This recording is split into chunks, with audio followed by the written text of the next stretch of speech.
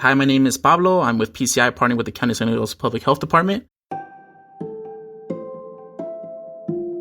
The reason why I'm calling is because we were notified that you were exposed to someone who has suspected of having COVID or has tested positive for COVID-19. Are you aware of this?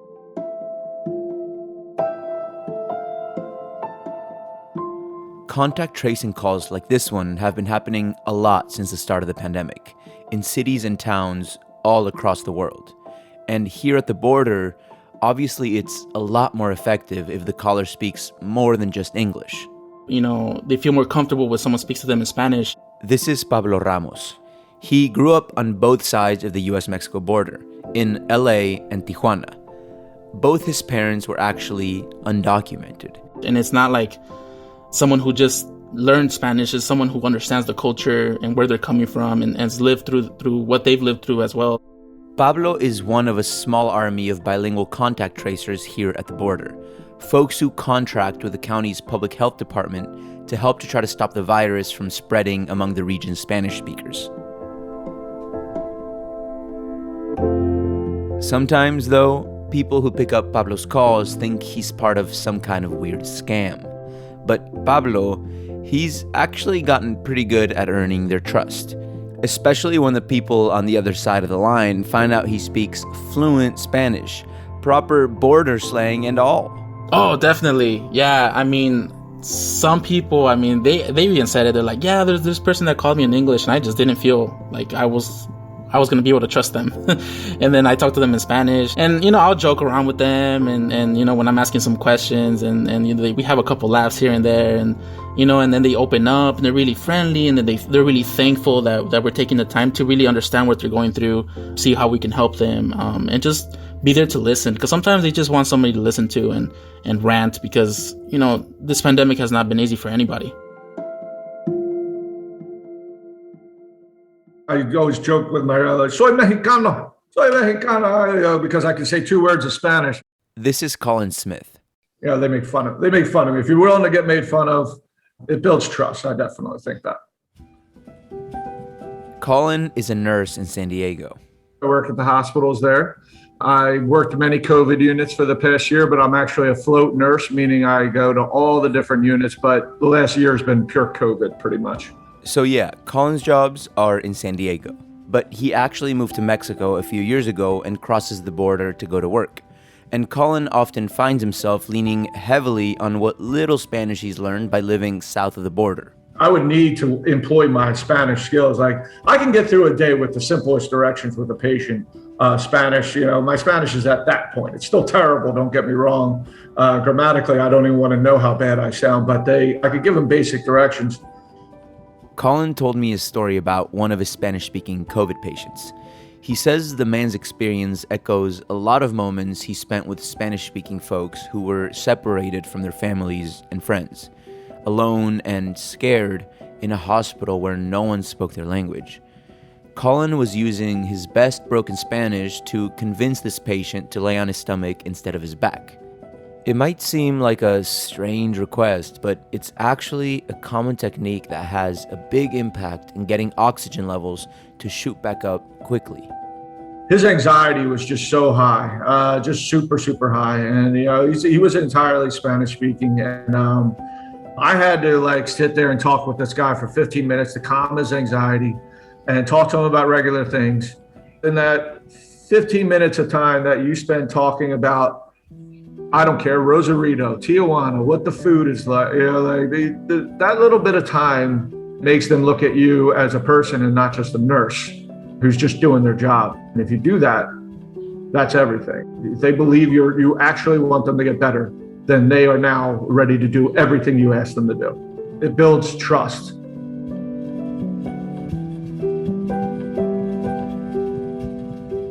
Building trust.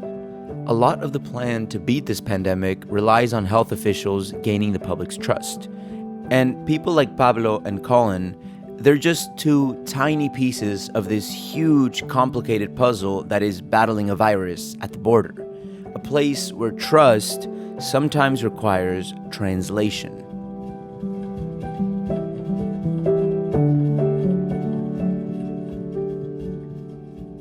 On the U.S. side of the border, the Mexican-American community has been hit hard by the pandemic, disproportionately hard.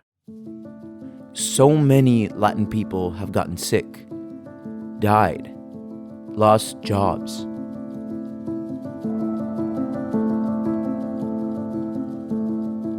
There are lots of reasons why the Mexican-American community is getting hit so hard. Deep-rooted social, economic, and systemic issues are at play. But a big part of the problem comes back to that trust.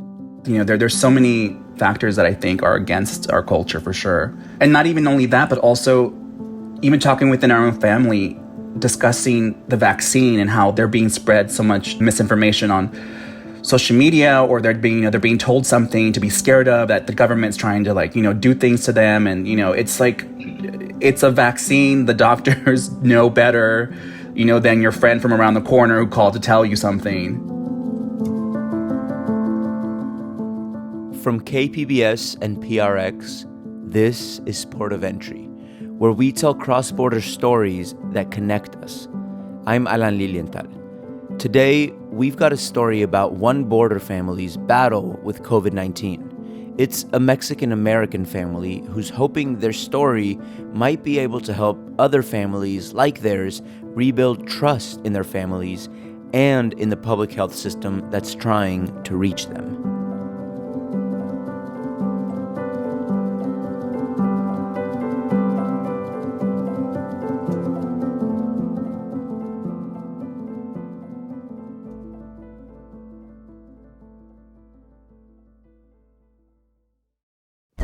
Now on The Finest. In San Diego and beyond, Our Lady of Guadalupe has morphed in meaning and form over the past 500 years. She can be a source of comfort. She can be a source of pain. Her power comes because she has all of these different facets to her. Listen now wherever you get your podcasts. Okay, so I want to tell you about Santiago Covarrubias. Santiago sounds like he could be my homie because he loved to cook. Los hermanos cocinando. And like me, he also loved to sing. So that was his absolute passion. This is Carmen Covarrubias, Santiago's daughter. He had mariachi and he always sang. When we were younger, he would go in the bathroom and he'd have a little karaoke machine and he'd start recording, And when that red light was on in the bathroom, we could not disturb. Santiago was a big man with a loud, booming voice. A little intimidating if you didn't know him personally. But actually, my dad was like a big teddy bear, He was just a great man, He was a good man. I can go on and on and on, but we'll sit here for like 5 hours talking about my dad. He was definitely our rock of our family.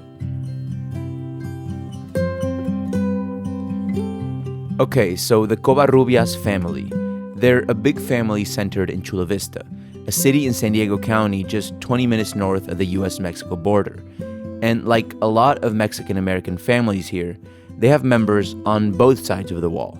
And despite the border between them, the family is super close.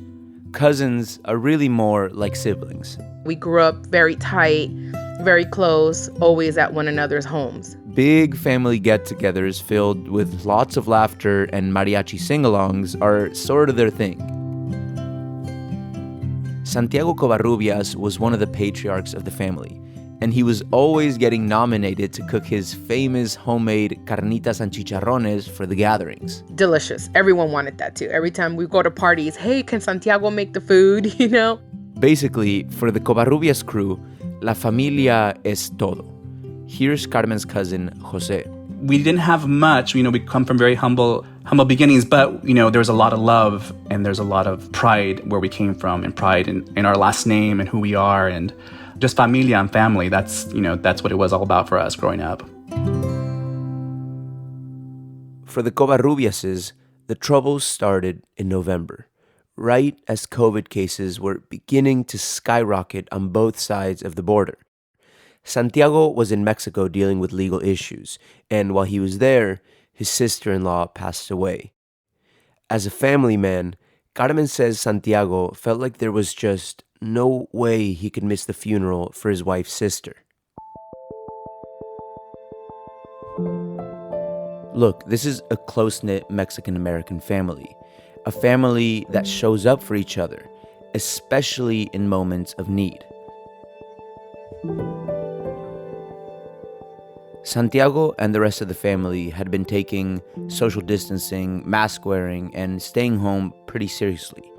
They trusted the advice from the CDC and public health officials. But the family had made it almost a year through the pandemic without anyone getting super sick or dying. So, like a lot of us, Santiago started relaxing. Unfortunately, right at the wrong time. Carmen told her dad not to go to the funeral, but she said he told her there are just some things, like the death of a family member, where you have to put some trust in God and take a risk so you can be there for your family.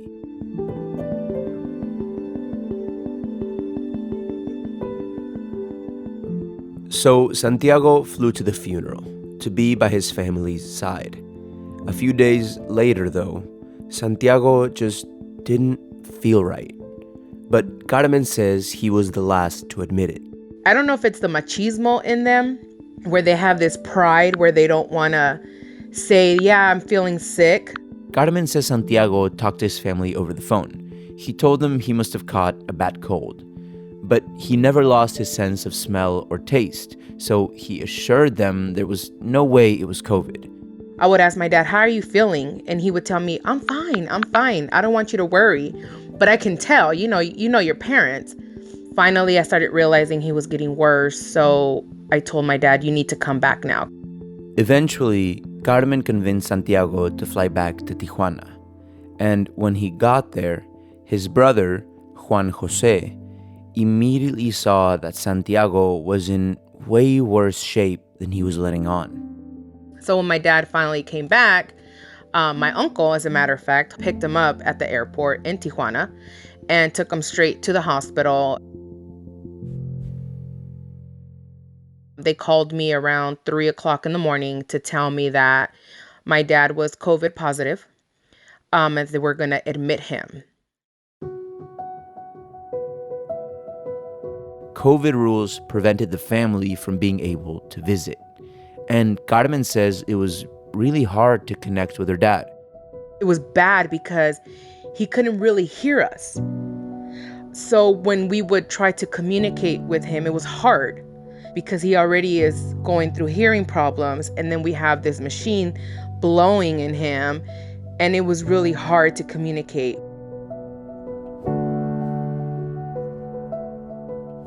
I was on the doctors. You need to call me every day. You need to call me when this happens or whatever,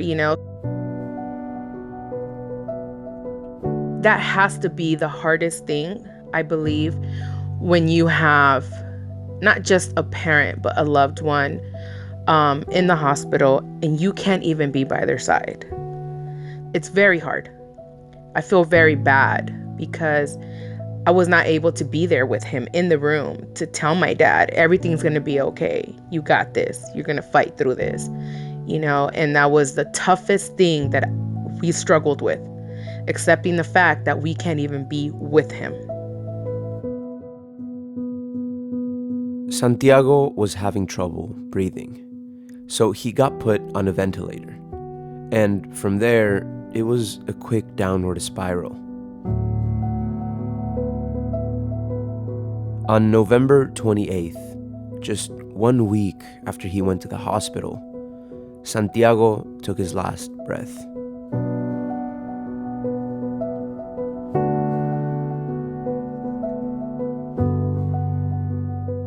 I never thought that this is how my dad would go out.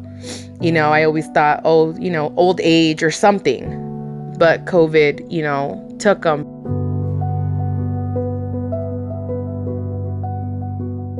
The Covarrubias family was crushed by Santiago's death. but they didn't really get the time to properly mourn. Because just a few weeks later, 2 more Covarrubias family members got the virus. So when we called my uncle, we said, Tío, how are you feeling? And his response was, I don't feel good. I'm sick. So when he said that, we knew. Stay with us. Now on The Finest, we examine an icon. Our Lady of Guadalupe has been a powerful symbol for 500 years, and artists have reimagined her as a source of resilience and pride. Listen now wherever you get your podcasts. I got sick in March of last year, and I had it really, really bad. This is Jose Covarrubias, Carmen's cousin, so Santiago is his tío. Jose works in the fashion industry across the country in Brooklyn, New York. So he was right in the middle of the first big outbreak there last year. At the time, Brooklyn was the epicenter of the world, and we didn't know a lot about it. It was very scary. Jose says he's still dealing with long-term effects from COVID. So even now, a year later, he goes to the doctor every 2 weeks to treat high blood pressure, COVID, fog brain, and joint inflammation. But Jose says the worst part is that his sense of smell and taste aren't back at 100% yet. So, I tend to eat foods that I know, that I remember, so I can just, I have an idea of what everything tastes like, what I remember from, so I just remember when I was recovering, I was like, I don't ever want anybody in my family to have to be this sick, because it was really bad.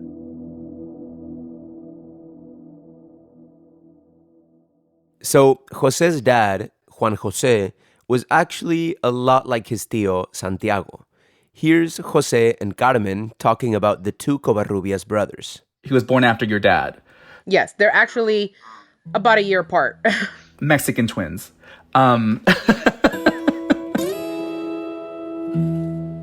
They were always together wherever one went. The other one, they dressed alike. They liked the same things. So my dad was very hardworking. He was strict when we were growing up, but he was all about love, and you knew you were loved for sure. Funny though, he loved to make people laugh. He was a big jokester. He didn't like to dwell on things. He didn't like to be sad. He didn't like to worry. My dad was really big into yard sales and estate sales, so we would go and, go to auctions and buy all this stuff, and then we would clean it up, and then we would go to the swap meet on the weekends and sell, and he would have me there translating, because he always said that people don't want to argue with a little boy, so he spoke well enough, but he knew that if he had me there, negotiating, it was easier for the sell. Juan Jose lived part-time by himself in an apartment in Tijuana and part-time in Chula Vista with one of Jose's sisters, Monica. Monica was she was the baby of the family. She was just silently strong, very caring, very loving, took care of everybody. She has 3 beautiful children that she was very protective of and showered with love. And yeah, she was just a wonderful mom, very dedicated. Very dedicated to her children. My little brother says she was the best of us, for sure. She was our little princess, for sure.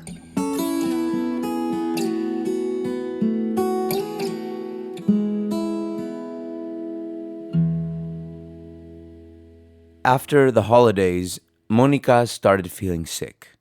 And just days later, Juan Jose started feeling sick too. Yeah, people, I feel, let their guard down, because my sister was so strict with my dad and her kids. Like, she, was really, really basically locked them up in the tower for almost a whole year. Yes. And then, people kind of started relaxing over the holidays and having like small little gatherings.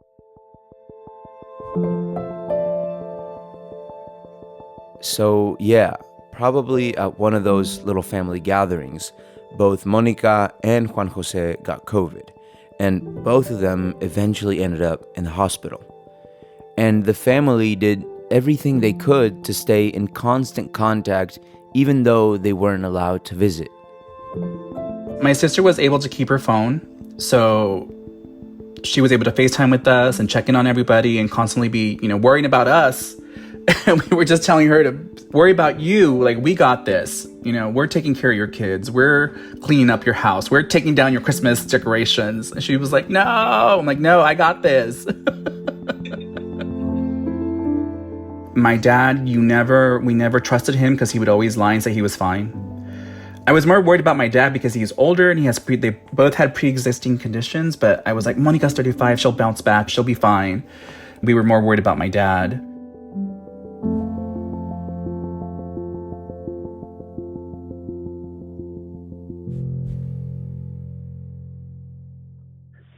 Happy birthday to you, happy birthday to you, happy birthday, dear Lulu, happy birthday to you. This is Juan Jose leaving a happy birthday message for his son Jose back in 2019. Mijo, espero que te la pases muy bien. Muchas felicidades. Si puedes me hablas. Si no, sigue gozando tu día. Te quiero mucho. Bye. After Juan Jose's first week in the hospital, he was actually doing really well. His oxygen levels were up and he was looking good. There was even talk of him being discharged. But that's one of the many scary things about COVID-19. It can be unpredictable, and things can go south really quickly. I haven't really had a chance to really process everything because it's happened so fast. But, I moved away many, many years ago. So for me, I've always had scenarios in my head of how everything was going to go down with my dad or my family, And never once did I think I wasn't going to be able to get there in time to be with my dad and hold his hand or be able to say goodbye in person. But, COVID, you can't because you're not allowed in, on the day that they knew that it was probably his last day. And we had to make a decision to end his care. Then they allowed us to go up to the hospital and go into his ICU, to the ICU floor. And from his glass door, we got to say goodbye. And that was it. And what really struck me more than anything was we weren't the only family on that floor saying goodbye. There was little pockets on that floor. There were little pockets up front praying because you can't all go in and say goodbyes. They limit the number of people. So you have to make a choice of who can go up there or who wants to go up there. Yeah, that for me was like, now that I think about it and I have a moment to breathe and, just him being alone, really, it just makes me sad and just a little bit angry. Juan Jose passed away on January 27th.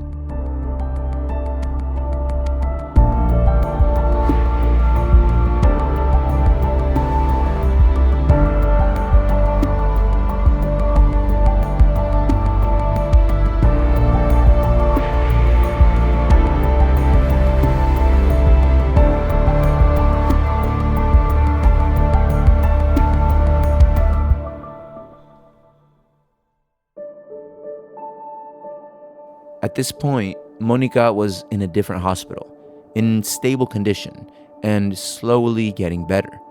But then she started getting blood clots. And on January 31st, one of those blood clots gave her a massive stroke. And they said that she had, just severe brain trauma and she was paralyzed and the quality of life wouldn't be there if she even survived the day. So we were able to actually go to the hospital, and because she was COVID-free that day, they tested her. We actually were able to go into her room with her my mom, my sister, and her 3 kids, and we were able to say goodbye. We were able to hold her hand. We were able to, and I thought that was such a gift for her kids and for us, because they were there when she took her last breath, and we were able to FaceTime the whole family. But for me, it was like the gift, because we didn't get to say goodbye to my dad, but I felt that my dad and her dad were there, taking her and making sure that she was crossing over, peacefully. 4 days after her dad, Juan Jose, lost his battle with COVID-19, Monica lost her battle too.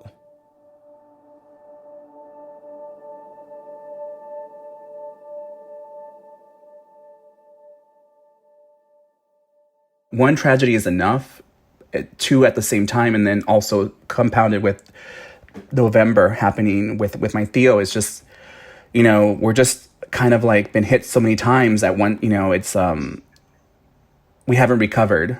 And I don't know how long it's going to be till we recover, because even we're so busy that we don't really allow ourselves to think or to dwell. So I'm just waiting for the moment where it's really going to hit me. And it's a little scary to think about when that's really going to happen and where. Hallelujah, hallelujah, hallelujah. Why do bad things happen to good people? Why do some people live long and full lives while others' lives are cut short? Why do we have a pandemic? I am the good shepherd, says the Lord. At the funeral for Juan Jose and Monica back in March, sadness hung in the air the way it always does when death is involved. But Carmen and Jose say there was also this overwhelming feeling of love and support. Their family, their friends, and even people they've never met, folks from inside and outside the local Latin community, really showed up for them. At last check, the family's GoFundMe had raised over $25,000 to help cover funeral expenses. Their family's story was covered on local TV news, so a lot of people felt really connected to the Covarrubiases. Maybe that's why almost 2,000 people have watched the live stream of Juan Jose and Monica's services on Facebook. Here's part of the live stream of the funeral that really stuck with my producer Kinsey. It's Jose and Monica's brother, Marcos, sharing some sweet memories of their dad.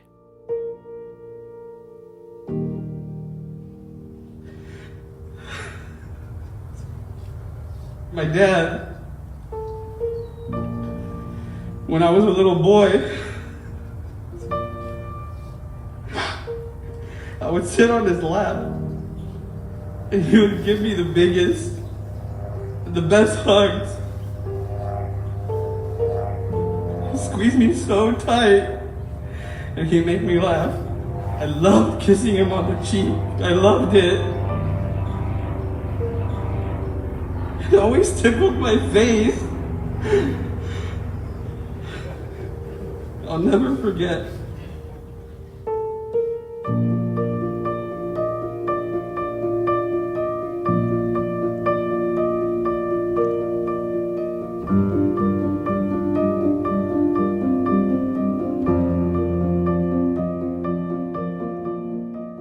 Even though Carmen, Jose, and the rest of their family are obviously still processing all the pain, the family is thankful for the positives, like all that incredible community support. And then there's the closeness they've regained by going through the tragedies together. For me, I think this is a big wake-up call and a life lesson for my family. It's bringing us closer.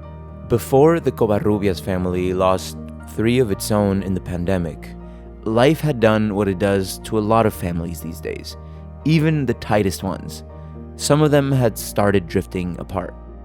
But Jose says this experience has knitted the family back together, and now they're back to a place where they're looking out for each other, trusting one another to help the family navigate the pandemic and make choices that will keep everyone safe from here on out.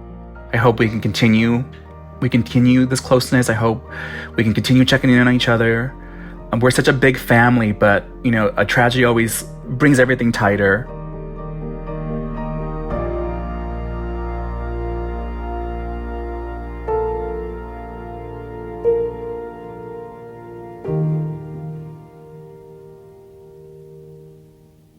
Jose and Carmen say they see one more crucial silver lining in their family's tragedy. They've been using their story as a cautionary tale for the larger Mexican-American community because there's so much distrust out there. They personally know a lot of folks spreading misinformation about how the virus spreads or who are afraid of getting the vaccine. So they're telling everyone they know to listen to the public health advice, keep wearing masks, and get the shots. Don't wait until it's too late. We're facing people who only trust the phone call or the text message or, well, I heard and I saw and I read. Am I wrong? Carmen's shaking her head, yeah. No, that's so true. Yes, definitely true on that note. I mean, how many times do we tell our parents different things, but they, they would listen to their comadre or their compadre instead of listening to us. We would Their give friends. them like something to read. Yeah. We're like, read this. And they're like, no, I heard, I was told.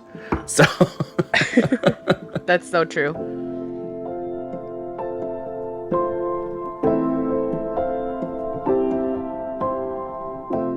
What's the takeaway for this situation? What is life's lesson? Because you got to have something out of this tragedy, right? And I think for us, it's just the platform to be able to share our story and let people who have families like us know that this is a real serious thing and it's out there and you have to be careful and there has to be better education. There has to be, we have to get the truth out there instead of like letting our people, our community, our raza suffer and not get the right information. I think that's been our platform more than anything else.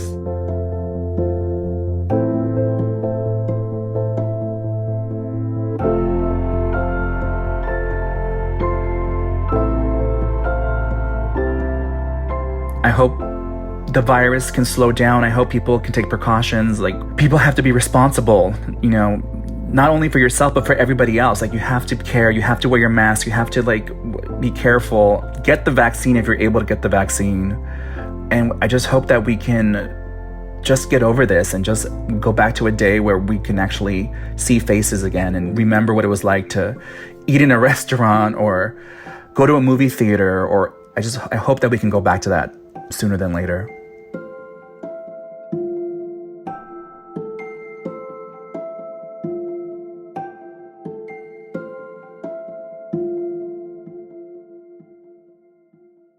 Next time on the podcast, we kick off a new series on medical tourism at the border with a San Diego woman who gets diagnosed with cancer. Again.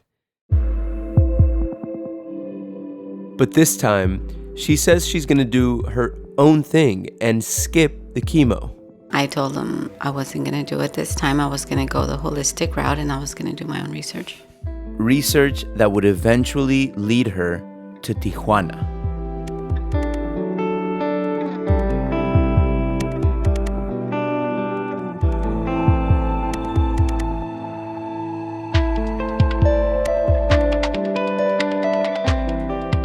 Port of Entry is written and produced by Kinsey Moreland.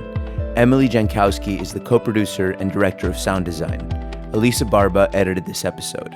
Lisa Morissette is operations manager, and John Decker is the interim associate general manager of content. This program is made possible in part by the Corporation for Public Broadcasting, a private corporation funded by the American people. And hey, while we're here, we need your help.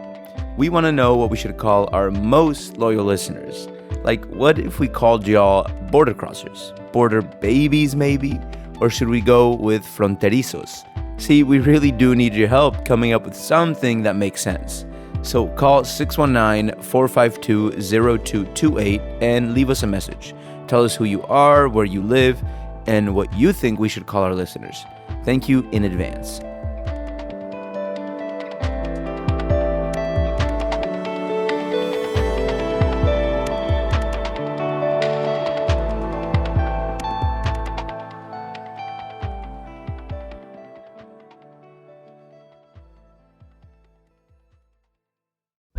Now on The Finest, we examine an icon. Our Lady of Guadalupe has been a powerful symbol for 500 years, and artists have reimagined her as a source of resilience and pride.